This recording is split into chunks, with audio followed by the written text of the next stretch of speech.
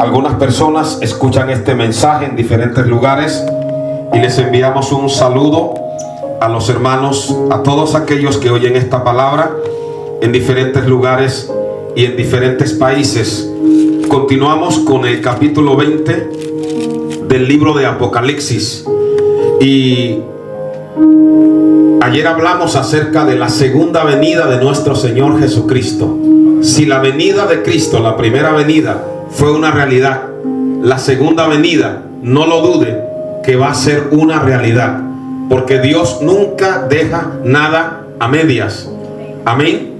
Y ayer hablamos de que nuestro planeta, nuestro universo, se encamina hacia lo que nosotros llamamos el gran conflicto de los siglos.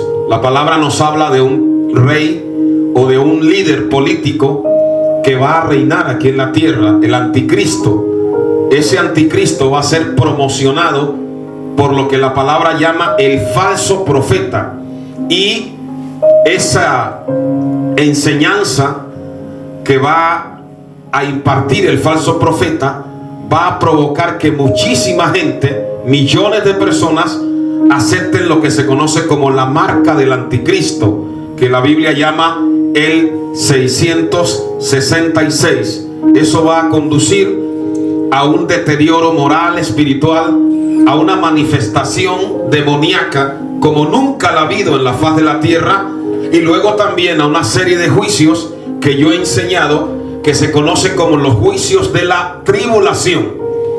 Cuando esos juicios lleguen al final, el Señor Jesucristo va a volver literalmente como se fue de aquí de la tierra. Nos dice en el capítulo 19 que el anticristo, juntamente con algunas naciones, la palabra habla del rey del norte, que proféticamente equivale a Rusia, habla de los reyes del oriente, de China, de Japón, Pakistán, habla de los reyes del sur, que tiene que ver con los árabes. Ellos van a reunir sus ejércitos para hacerle frente al que viene en las nubes.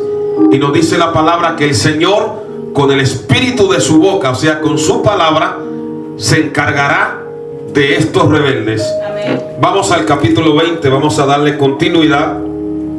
Y nos dice: vi un ángel que descendía del cielo con la llave del abismo y con una gran cadena en la mano, y prendió al dragón, la serpiente antigua, que se llama Diablo y Satanás, y lo ató por 1000 años, y lo arrojó al abismo, y lo encerró, y puso sus sellos sobre él, para que no engañase más a las naciones, hasta que fuesen cumplidos 1000 años. Después de esto debe ser desatado por un poco de tiempo. Y vi tronos, y se sentaron sobre ellos los que recibieron facultad de juzgar, y vi las almas de los decapitados por causa del testimonio de Jesús y por la palabra de Dios, los que no habían adorado a la bestia ni a su imagen, y que no recibieron la marca en sus frentes ni en sus manos, y vivieron y reinaron con Cristo 1000 años. Pero los otros muertos no volvieron a vivir hasta que se cumplieron 1000 años. Esta es la primera resurrección. Bienaventurado y santo el que tiene parte en la primera resurrección. La segunda muerte no tiene potestad sobre estos, sino que serán sacerdotes de Dios y de Cristo, y reinarán con él 1000 años. Pueden tomar asiento, y que el Señor bendiga su palabra. Ayer les hablé acerca de un acontecimiento escatológico que la palabra llama el milenio. Hay 3 puntos de vista teológicos acerca de lo que es el milenio. La palabra milenio viene del latín millennium, 1000 años. Hay una escuela de un teólogo llamado Lightfoot que dice que no hay tal cosa como milenio, y lo espiritualiza todo. Hay otra escuela de otro teólogo llamado Darby que dice que el milenio se cumplirá porque el mundo irá mejorando de tal manera que Cristo encontrará el mundo tan perfecto que ahí es cuando se cumplirá el milenio. Pero hay una escuela que es la premilenianista, que se toma el milenio de una manera literal como está en la Biblia. De hecho, la palabra milenio aparece 6 veces en estos versículos. ¿En qué consiste el milenio? Dios, desde la creación del ser humano, ha tratado con el ser humano a través de períodos. En teología eso se llama dispensación. La primera dispensación se conoció como la dispensación de la inocencia, cuando Dios creó a Adán y a Eva y los sometió a un periodo de prueba. Cuando el ser humano falló, entramos en otra dispensación que se conoce como la dispensación de la conciencia. Esa dispensación de la conciencia terminó con el juicio del diluvio. La tercera dispensación se conoce como la dispensación de la promesa. Cuando Dios llama a Abraham, lo salva, le dice: benditas serán en ti todas las familias de la tierra. De Abraham Dios levantó a la nación hebrea, hizo pacto con ellos, les dio la ley, y entramos en la cuarta dispensación, que se conoce como la dispensación de la ley. Luego, a través de ese conocimiento de la ley, se establecen los reyes, y entramos en la quinta dispensación, la dispensación del reino, que terminó con el juicio de la cautividad del pueblo hebreo en Babilonia. Ahora estamos en la sexta dispensación, que es la dispensación de la gracia. Empezó cuando Jesús entregó por nosotros su sangre en la cruz del Calvario. Juan 3:16 dice: porque de tal manera amó Dios al mundo, que ha dado a su Hijo unigénito, para que todo aquel que en Él crea no se pierda, sino que tenga vida eterna. ¿Cuánto le damos a Dios la gloria? Y Jesús dijo: yo soy el camino, la verdad y la vida. Nadie va al Padre sino por mí. Nadie se puede salvar por el color de su piel, por su cultura, por su conocimiento intelectual, por el dinero que tenga, por la religión que profese. El único que nos salva se llama Jesucristo. ¿Cuántos pueden adorar al Señor? A Dios sea la gloria. Esta dispensación, que se conoce como la dispensación de la gracia o del Espíritu Santo, va a finalizar con los juicios de la gran tribulación. Después vamos a entrar en la séptima dispensación, que se conoce como el milenio. Lo crea usted o no, lo dice la Biblia, que Jesucristo va a venir a esta tierra a establecer un reino literal de 1000 años. Amén. Es lo que se llama el milenio.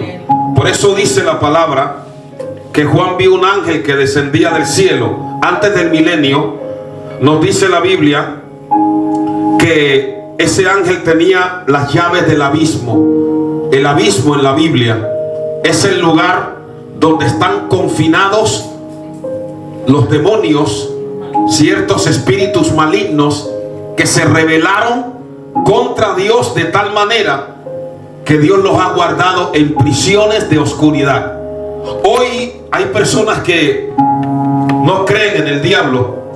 Yo he orado por muchas personas, por centenares, me atrevería a decir por miles de personas que tienen problemas demoníacos. He orado por personas encerradas en jaulas, he orado por personas en psiquiátricos, he orado por personas que no podían dormir. Recuerdo una mujer que cuando ella se acostaba sentía como que salían animales de su cuerpo, pero nunca los veía. Eso no tiene explicación científica. Como no tiene explicación científica que hayan personas que de repente viven hundidas, deprimidas, con tendencia al suicidio. Como no tiene explicación científica que de repente hayan personas tan violentas que no se sometan a nada. Eso no tiene explicación científica. La tiene espiritual, porque la palabra nos habla de dos poderes: el poder de Dios y el poder del mal. El que no está bajo el poder de Dios está bajo el poder del enemigo. Y ese enemigo, nos dice la Biblia, que se disfraza como ángel de luz para engañar a las personas, y dice que les pone una venda para que no les resplandezca la luz del evangelio de la gloria de Cristo. Ese ser es el que se ha encargado de producir regímenes ateos que niegan la existencia de Dios. Yo no creo que pueda haber un pan sin que haya un panadero. No creo que pueda haber leche sin que haya una vaca. No creo que haya un poema sin que haya un poeta. Si hay vida es porque alguien la creó. Y la vida es tan sublime que no pudo surgir por accidente o por casualidad. Dios es el autor de la vida. Pero el enemigo le ha cegado la mente a las personas para que crean o que vienen del mono, o que son producto de un accidente, o que ellos de repente aparecieron aquí y que nadie les creó, y así los tiene adormecidos para que no crean en Dios y sean condenados, y cuando ellos mueran se pierdan por la eternidad. Ese enemigo va a ser confinado por 1000 años. Dice que el ángel prendió al dragón, la serpiente antigua, que se llama Diablo y Satanás, y lo ató por 1000 años. En esos 1000 años Satanás va a estar confinado en el abismo. Pero la iglesia de Jesucristo, los que hayan sido tenidos por dignos, van a reinar con Cristo esos 1000 años. Amén. Aquí en la tierra. Por eso el versículo 4 dice: y vi tronos, y se sentaron sobre ellos los que recibieron facultad de juzgar. Y oiga bien, vi las almas de los decapitados. El alma del ser humano tiene un valor enorme delante de Dios. El alma no se puede oler, el alma no se puede ver en un microscopio, el alma no se puede someter a un tubo de ensayo, pero el alma es esa parte espiritual que hay dentro de nosotros que Dios nos dio. Cuando Dios creó al primer hombre, Adán, de hecho el vocablo Adán viene del hebreo Adama, que significa formado de la tierra. Era una figura de barro. Pero ¿qué hizo Dios? Sopló sobre él y le dio aliento de vida, le dio el espíritu. A través de mi cuerpo soy consciente del mundo exterior, a través de mi alma soy consciente de mi mundo interior, y por mi espíritu soy consciente de que hay un Dios. Amén. Y que ese Dios merece ser reconocido y adorado. Gloria a Dios. Cuando el alma muere, cuando una persona muere, su alma sale de su cuerpo, su espíritu.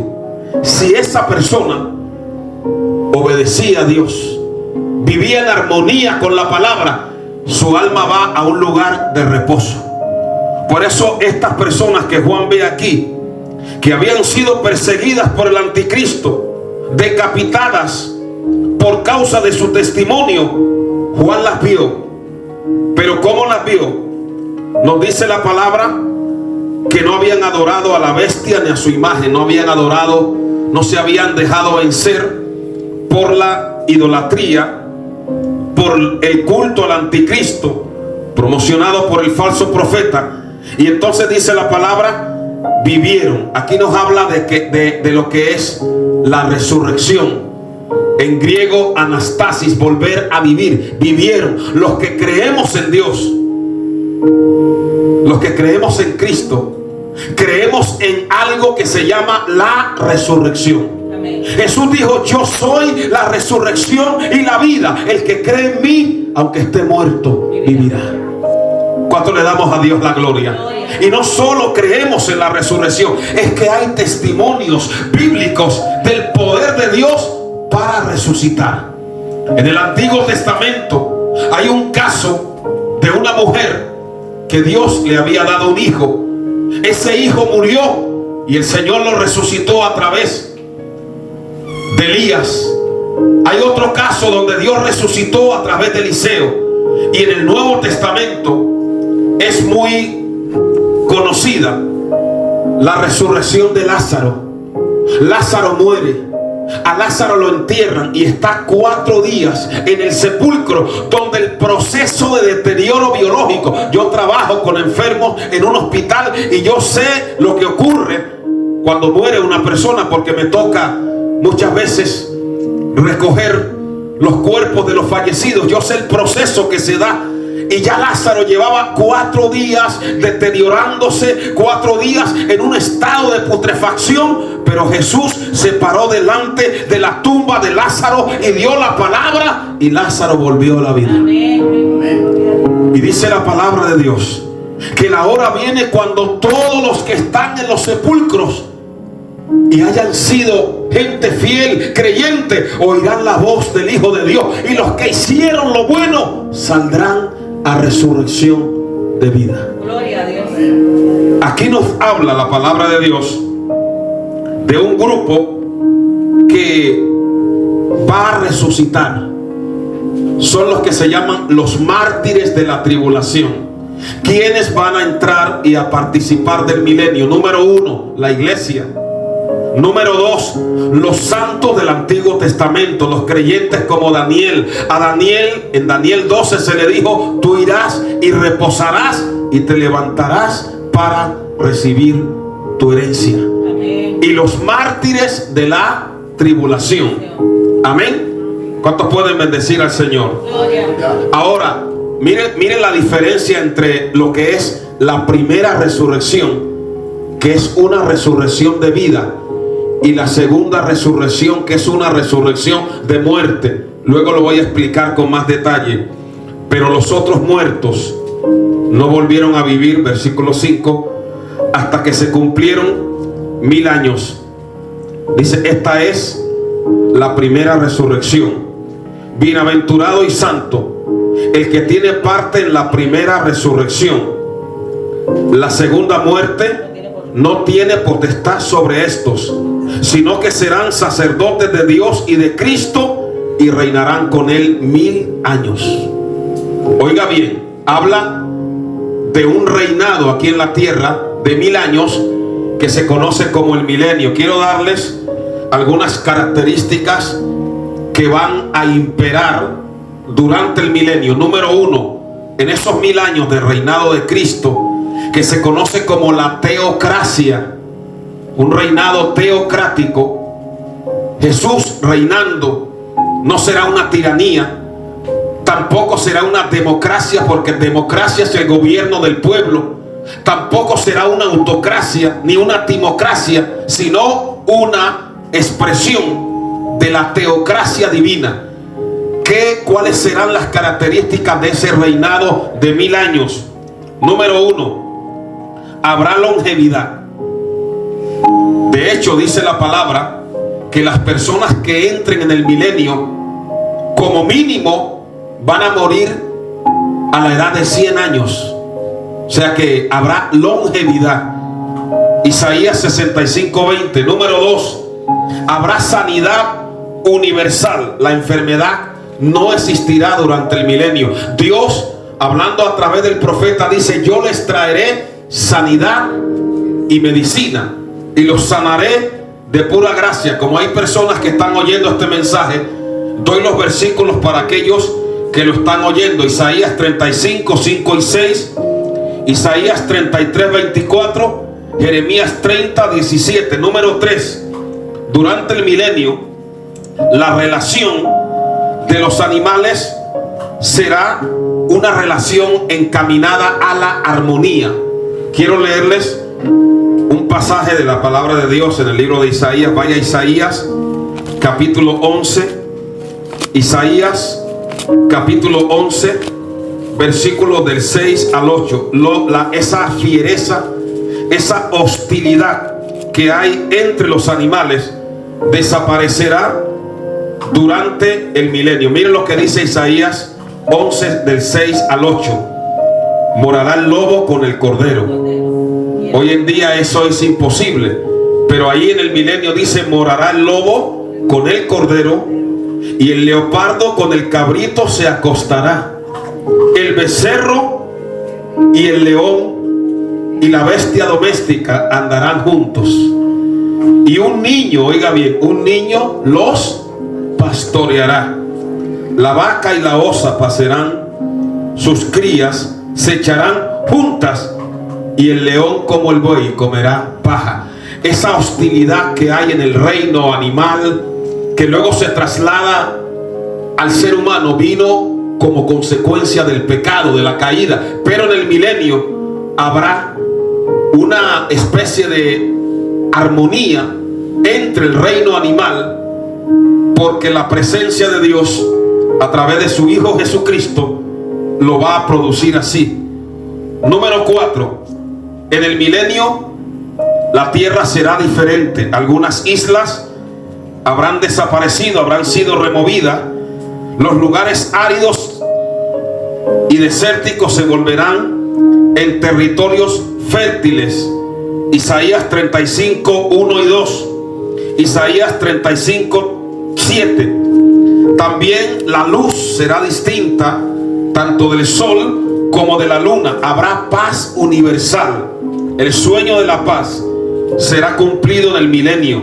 La carrera armamentista será frenada. Isaías 2:4. Número 6.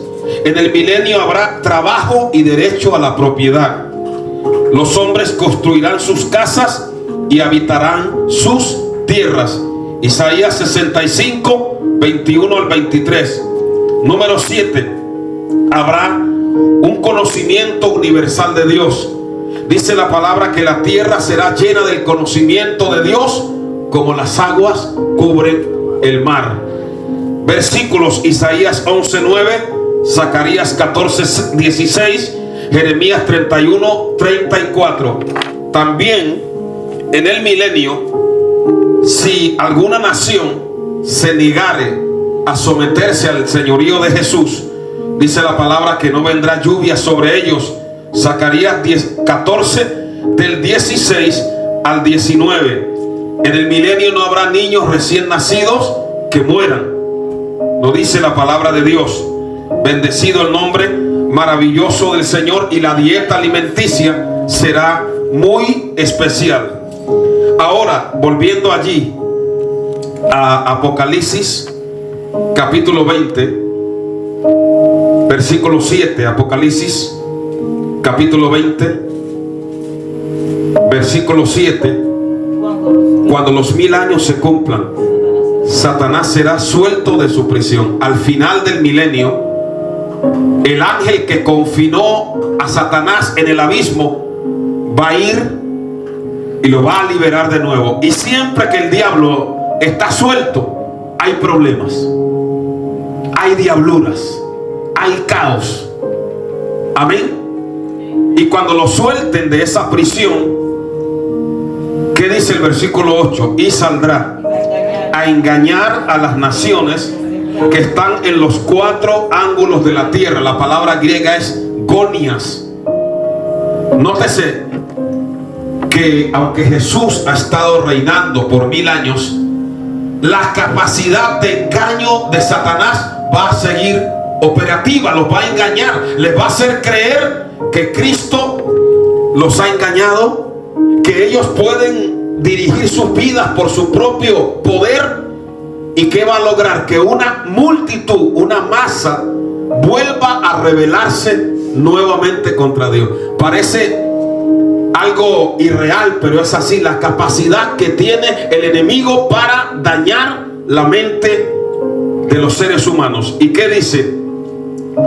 Saldrá a engañar a las naciones que están en los 4 ángulos de la tierra, a Gog y a Magog. Gog, en la etimología, lo han relacionado con Rosh, donde está ubicado Rusia, y el territorio de Magog es el territorio. Gog es el gobernante y Magog es el territorio. Y dice que los reunirá para la batalla, el número de los cuales es como la arena del mar. Mire la multitud que se va a rebelar contra Jesús, que estará reinando desde Jerusalén, una gran multitud como la arena del mar. Y el verso 9 dice: y subieron sobre la anchura de la tierra y rodearon el campamento de los santos. O sea, recuerde que Jesús va a reinar durante esos 1000 años, y la capital de ese reinado universal será aquí, Jerusalén. Entonces ellos van a rodear la ciudad santa de Jerusalén, la ciudad amada. ¿Y qué va a ocurrir? Al final del versículo 9: y de Dios descendió fuego del cielo y los consumió. Así como Dios hizo caer fuego del cielo sobre Sodoma y Gomorra, lo hará caer sobre estos rebeldes.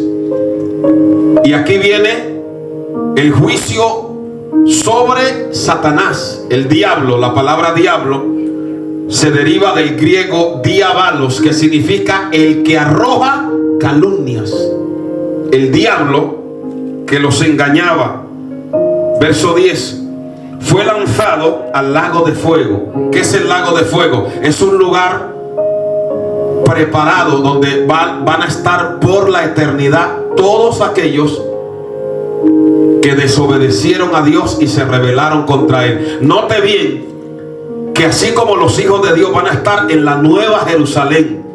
Recuerde lo que dijo Jesús en Juan capítulo 14: en la casa de mi Padre muchas moradas hay. Voy pues a preparar lugar para vosotros, y si me fuere y os prepararé lugar, vendré otra vez y os tomaré a mí mismo, para que donde yo estoy, vosotros también estéis. Así como los hijos de Dios van a estar en un lugar especial, los que le sirvieron a Satanás. Tristemente y con dolor en mi corazón lo digo, los que negaron a Dios, los que dijeron: yo no tengo tiempo para la Biblia, yo no creo en esas tonterías, yo no tengo tiempo para el evangelio. A otro pájaro con ese alpiste, los que decían: no hay Dios, vivamos, comamos, que mañana moriremos. Los que decían: dale a tu cuerpo alegría, Macarena, y olvídate de la palabra. Ahí van a estar, hermano, en un lugar terrible de condenación. Amén. La palabra le llama el lago que arde con fuego. Yo no sé si usted sabía que en las profundidades de la tierra hay una capa líquida que es fuego. Amén. Entonces nos dice la palabra: donde estaba la bestia. ¿Quién era la bestia? El anticristo y el falso profeta. Y oiga bien: y serán atormentados día y noche por los siglos de los siglos. La palabra por los siglos de los siglos en griego es aionios, que significa sin final. Así como hay una eternidad en la presencia de Dios, hay una eternidad sin la presencia de Dios. Cada uno de nosotros hoy estamos construyendo nuestro mañana. O estaremos con Cristo por la eternidad, o estaremos lejos de Cristo por la eternidad. Amén. ¿Cuántos pueden bendecir al Señor? Ahora vamos. Ya hemos visto el juicio del anticristo. Ya hemos visto el juicio contra el falso profeta. Ya hemos visto la batalla de Armagedón, el juicio sobre aquellas naciones rebeldes que van a levantarse contra Dios. Ya hemos visto el juicio contra Satanás. Y ahora vamos a ver lo que se conoce como el juicio final. Amén. ¿Qué es este juicio? Que se llama el juicio del gran trono blanco. Es el juicio donde van a comparecer todas aquellas personas que nunca tuvieron tiempo para Dios, que no aprovecharon la oportunidad que Dios les dio aquí en la vida, que adoraron a otros dioses que no eran Dios. Vamos a ir a Apocalipsis capítulo 20, versículo del 11 en adelante. Cuando ya lo tenga, puede decir amén. ¿Cuántos pueden bendecir al Señor? Amén. Entonces le recuerdo que este juicio del gran trono blanco será un juicio donde solamente van a comparecer aquellas personas que se perdió su alma, que no tuvieron realmente un compromiso con Dios. Vamos a leer Apocalipsis capítulo 20 del 11 en adelante. Dice el versículo 11: y vi un gran trono blanco. Vamos a hacer un stop allí. Aquí en la tierra, si hay algo que caracteriza aquí la tierra, es la injusticia, el soborno, el cohecho. Cuando usted comparece, muchas veces delante de un juez, usted tiene la impresión de que no se le va a hacer justicia. Pero este trono que está viendo Juan es un trono de justicia. Por eso dice que es un trono que blanco. Está hablando de pureza, de justicia, de un trono donde el que lo ocupa es insobornable. Y al que estaba sentado en él. Sabe que el apóstol Juan en varias ocasiones describe a Jesús, pero en este caso ni siquiera lo puede describir, porque aquí Jesús aparece como juez y nos dice: de delante del cual huyeron la tierra y el cielo, y ningún lugar se encontró para ellos. Vamos a ir a segunda de Pedro. Abra su Biblia, por favor, en segunda de Pedro capítulo 3. Segunda de Pedro, el capítulo 3. Allí nos habla de esa experiencia que vio Juan, o que tuvo Juan, cuando vio que los cielos y la tierra desaparecían ante la majestad del que estaba en aquel trono blanco. Segunda de Pedro capítulo 3. Vamos a leer desde el versículo 1 en adelante. Amados, esta es la segunda carta que os escribo, y en ambas despierto con exhortación vuestro limpio entendimiento, para que tengáis memoria de las palabras que antes han sido dichas por los santos profetas, y del mandamiento del Señor y Salvador dado por vuestros apóstoles, sabiendo primero esto, que en los posteros días vendrán quienes, burladores, andando según sus propias concupiscencias, y diciendo: ¿dónde está la promesa de su advenimiento? Porque desde el día en que los padres durmieron, todas las cosas permanecen así como desde el principio de la creación. Nos está hablando de que en estos tiempos que estamos viviendo serán tiempos de apostasía, de burla, de incredulidad, donde la gente va a decir: todo sigue igual, donde la gente va a decir eso de que Dios va a traer juicio es una mentira y es una leyenda. Pero nos dice la palabra que ellos ignoran, verso 5, voluntariamente, son ignorantes voluntarios, que en el tiempo antiguo fueron hechos por la palabra de Dios los cielos y también la tierra, que proviene del agua y por el agua subsiste. Amén. Por lo cual el mundo de entonces pereció anegado en agua. Está hablando del diluvio. Y mira lo que dice: pero los cielos y la tierra que existen ahora están reservados por la misma palabra, guardados para el fuego en el día del juicio y de la perdición de los hombres impíos. La tierra en diversas ocasiones ha estado a punto, humanamente hablando, de ser destruida. Hoy hay un arsenal atómico, hermano. Bombas de hidrógeno, de oxígeno, de neutrones. Hay un arsenal de armas nucleares que podría destruir la tierra más de 4.300 veces la tierra que hay. Pero ¿por qué la tierra no ha sido destruida? Hubo un momento cuando la antigua Unión Soviética y Estados Unidos estuvieron a punto de entrar en un conflicto que hubiera acabado prácticamente con la humanidad. Corea del Norte, China. ¿Por qué la tierra no ha podido ser destruida? Porque nos dice la Biblia que la palabra de Dios preserva este universo.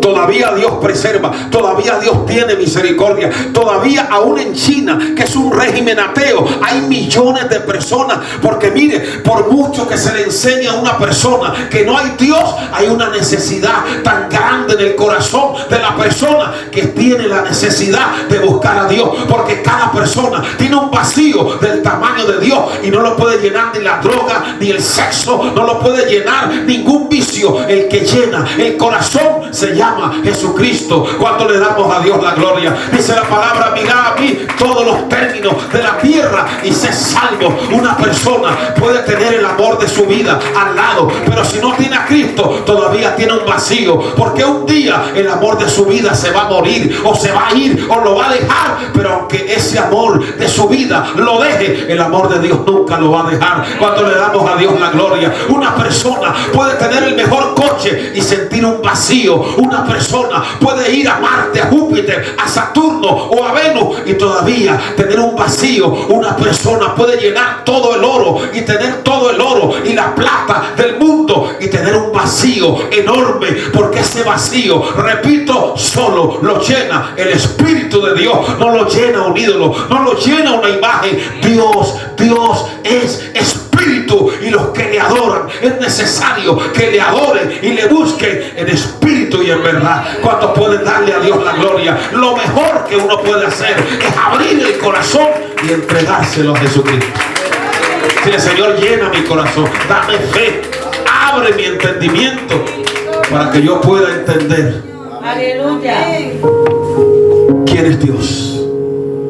¿Cuál es el propósito de Dios? ¿Por qué estoy aquí en la tierra?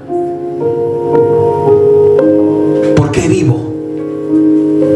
Porque un día vamos a rendirle cuentas a Dios.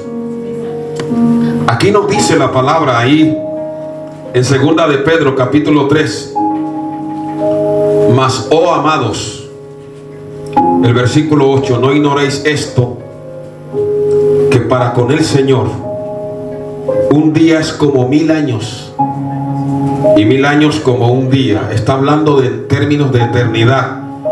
Y mire lo que dice: el Señor no retarda su promesa. ¿Cuántos están leyendo?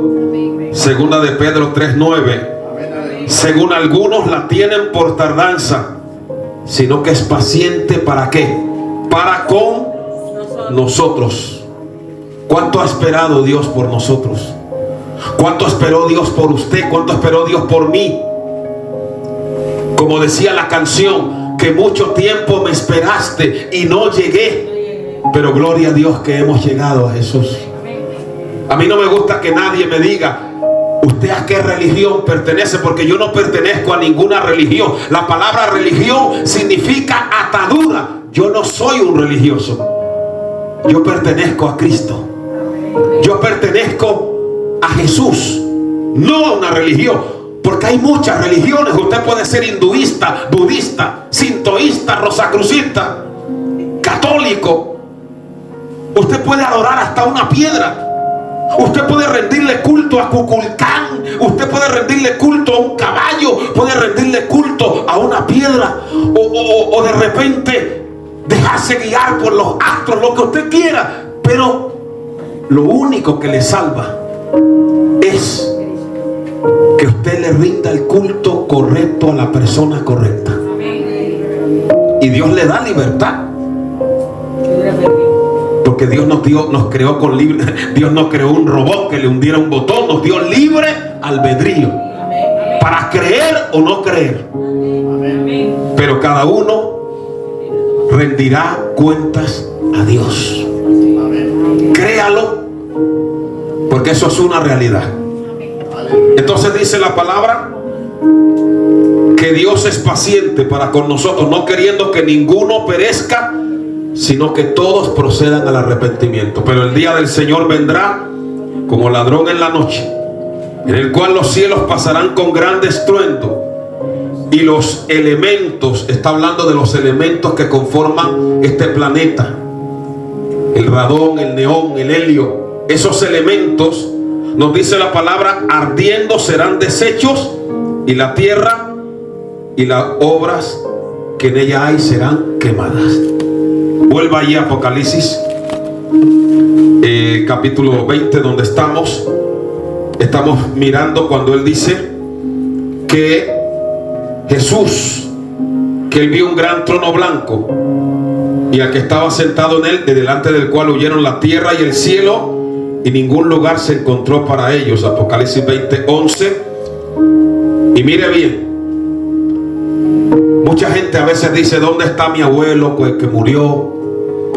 Yo estuve en un país donde ellos creen que nadie se muere por accidente, sino que se muere porque algo provocó. Si alguien muere en Suiza o muere en Noruega, ellos hacen una ceremonia y en ese país ellos se comunican con el espíritu del muerto.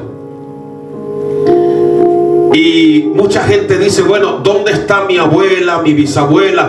Toda esa gente que forma parte de la colección de la foto, ¿dónde están? Porque ya murieron. Bueno, aquí nos dice Juan, vi a los muertos. Verso 12, grandes y pequeños. ¿Por qué habla de grandes y pequeños? Está hablando de estatus social. Está hablando de personas que creen que son tan grandes que nunca van a morir, que tienen un pacto con la muerte. Pero se muere el rico y se muere el pobre. Se muere el ladrón y el policía que lo perseguía. Se muere el acusado y el juez que lo juzgaba. Por eso dice, vi a los muertos grandes y pequeños. Está hablando de estatus social, no de niños. Porque Jesús dijo que de los niños es el reino de los cielos. Amén. Está hablando de rango social, de niveles. Amén. Y dice, de pie ante Dios. El juicio será en algún lugar del espacio. Y los libros fueron abiertos. ¿A qué libro se refiere? ¿Sabía usted que usted es como un libro cerrado? Usted no me conoce a mí, yo no lo conozco a usted, pero ante Dios somos un libro abierto. Y toda nuestra vida va a salir delante de Dios. Lo que hicimos bueno, lo que hicimos malo, las motivaciones. Por eso dice que los libros, yo me imagino, imagínate una multitud de pie ante Dios. Y todos ahí esperando tal vez la última oportunidad. Y cuando se abran los libros y el Señor le diga, ¿te acuerdas aquel día que tuviste la oportunidad de oír mi palabra? ¿Te acuerdas aquel día cuando alguien te predicó? ¿Te acuerdas de aquella Biblia que tenías guardada en el armario, cubierta de polvo, y nunca la leíste? Y se abrirán los libros. ¿Te acuerdas del tiempo que tú invertías y nunca sacaste tiempo para venir a mi presencia y a mi casa? Se abrirán los libros. Pero ¿sabes qué libros también se van a abrir? Los 66 libros de la Biblia. Y se van a abrir los libros. Y nos dice la palabra, y otro libro fue abierto, el cual es el libro de la vida. ¿Qué es el libro de la vida? Vamos a mirar algunos detalles acerca de lo que es el libro de la vida. Y cuando nosotros miramos las escrituras, nosotros vemos que la palabra de Dios nos habla de lo que nosotros conocemos como el libro de la vida. ¿Y qué nos dice? Cuando Moisés salió de Egipto, en el libro de Éxodo, él oró a Dios por el pueblo de Israel y le dijo a Dios, Señor, si tú no me escuchares, bórrame de tu libro que has escrito. ¿Y qué le dijo Dios? Al que pecare, a ese borraré yo de mi libro que he escrito. El apóstol Pablo hablaba de una serie de hombres y mujeres cuyos nombres estaban inscritos en el libro de la vida. El libro de la vida es el libro donde Dios inscribe a todas aquellas personas que aceptan al autor de la vida, que es nuestro Señor Jesucristo. Cuando usted está escrito en el libro de la vida, cuando usted reconoce que es pecador. Hay gente que cuando oye la palabra pecado, como que se queda así como pensativo. La palabra pecado en el original tiene 5 aplicaciones. Hay 5 palabras para pecado. Una es la palabra anomía, que significa ilegalidad. Otra es la palabra amartias. Otra es la palabra adiquía, que significa injusticia. Otra es la palabra errar al blanco, desviarse. ¿Qué es un pecado? Es fallar en el objetivo que Dios tenía para mí. No ser lo que Dios quería que yo hiciera, que yo fuera. Entonces, las personas que cuando se convierten a Cristo, automáticamente el nombre de ellos es escrito en el libro de la vida. Amén. Y todo lo que haya hecho la persona, su pecado, queda borrado, queda sepultado. Dice, y nunca más me acordaré de sus rebeliones. Amén. Ahora, el que no se convierte a Cristo, sus pecados están como un libro abierto delante de Dios. Le voy a poner un ejemplo. Quiero que vaya conmigo al Evangelio de Juan rápidamente. Evangelio de Juan. Evangelio de Juan, capítulo 8. Bendito sea el nombre del Señor. Gloria a Dios. Vamos rápido al Evangelio de Juan. Vamos ya camino hacia el final. Evangelio de Juan, capítulo 8. Sea bendito el nombre del Señor. Y vamos a leer desde el versículo 2 en adelante. Entonces los escribas y los fariseos, Juan 8:2, le trajeron una mujer sorprendida en adulterio, y poniéndola en medio le dijeron: Maestro, esta mujer ha sido sorprendida en el acto mismo de adulterio, y en la ley nos mandó Moisés apedrear a tales mujeres. ¿Tú pues qué dices? Mas esto decían tentándole para poder acusarle. Pero Jesús, inclinado hacia el suelo, escribía en tierra con el dedo.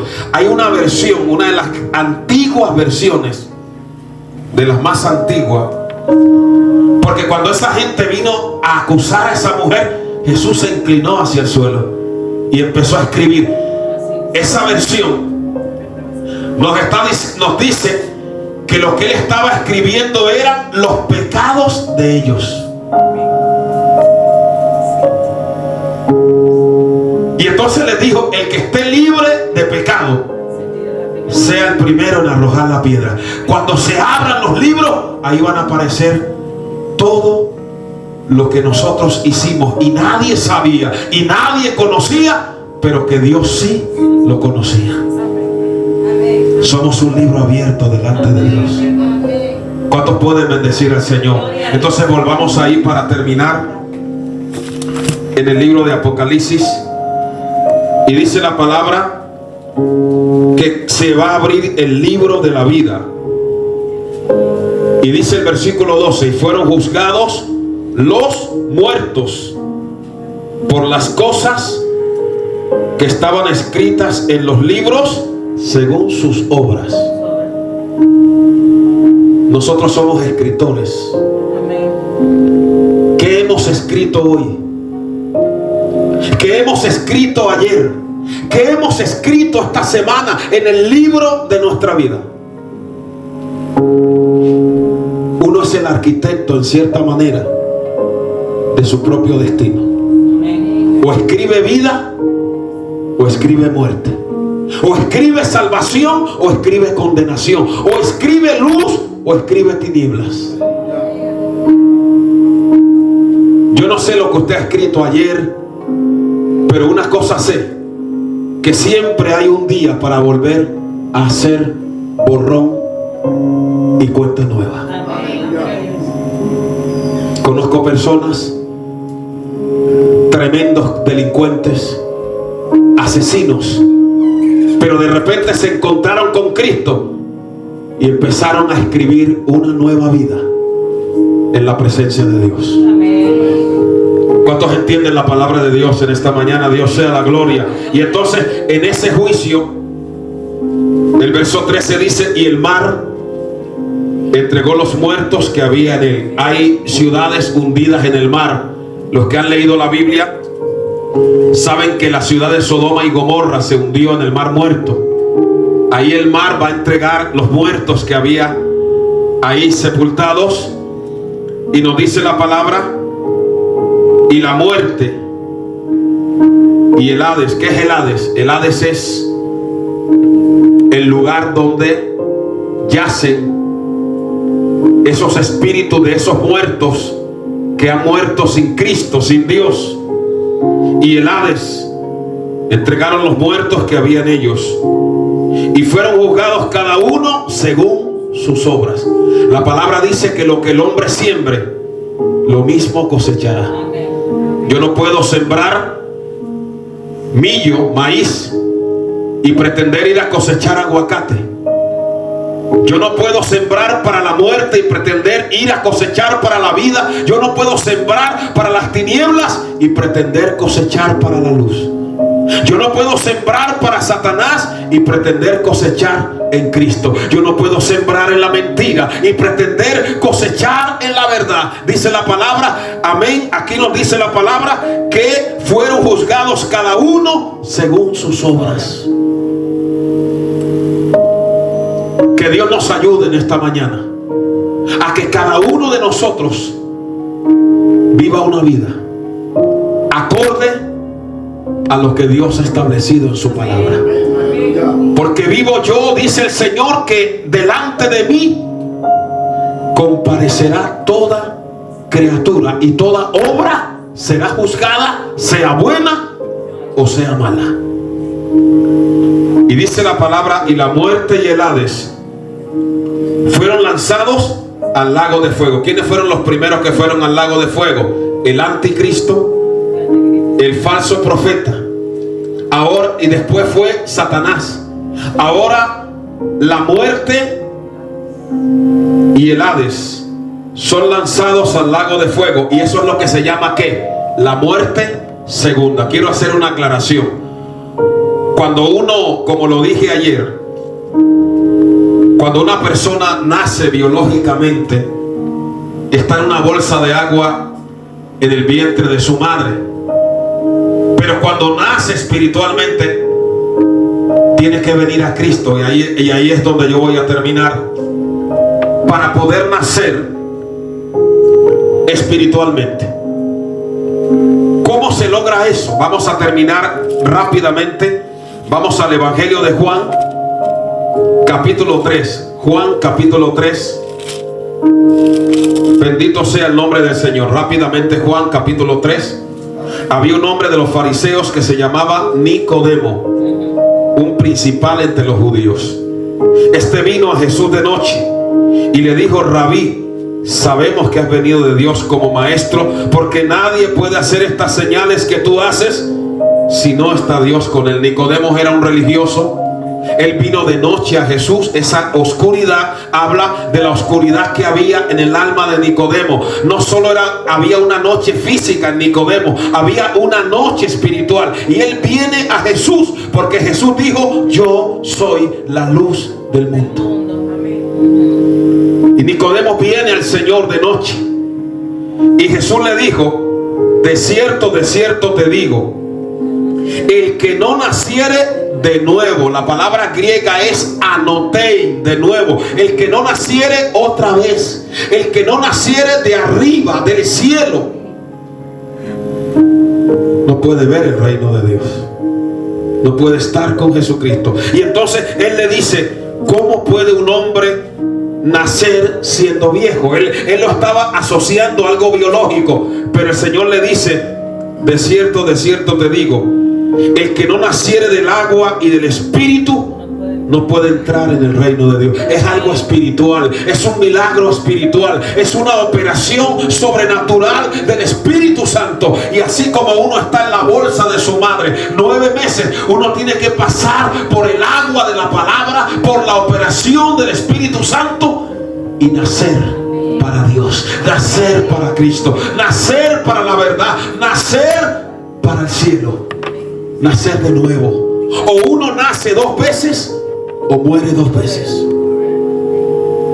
Jesucristo dijo: yo soy el camino, la verdad y la vida. Nadie va al Padre sino por mí. Vamos a estar en pie. Vamos a darle gracias a Dios. Y vamos a pedirle al Señor que Él nos ayude a nosotros a serle fieles. Y que nuestro nombre permanezca escrito en el libro de la vida. Señor, te adoramos. Te damos gracias, Señor, en esta mañana. Te bendecimos, oh Dios, por tu palabra. Te pedimos, oh Dios, que tú nos ayudes a ser fieles, a honrar tu nombre. Que tú nos guardes, Señor, como a la niña de tus ojos. Amén. Y que nuestro nombre, Señor, esté inscrito en el libro de la vida. Señor, que nunca sea borrado, Señor. Que tú nos guardes, que tú nos ayudes.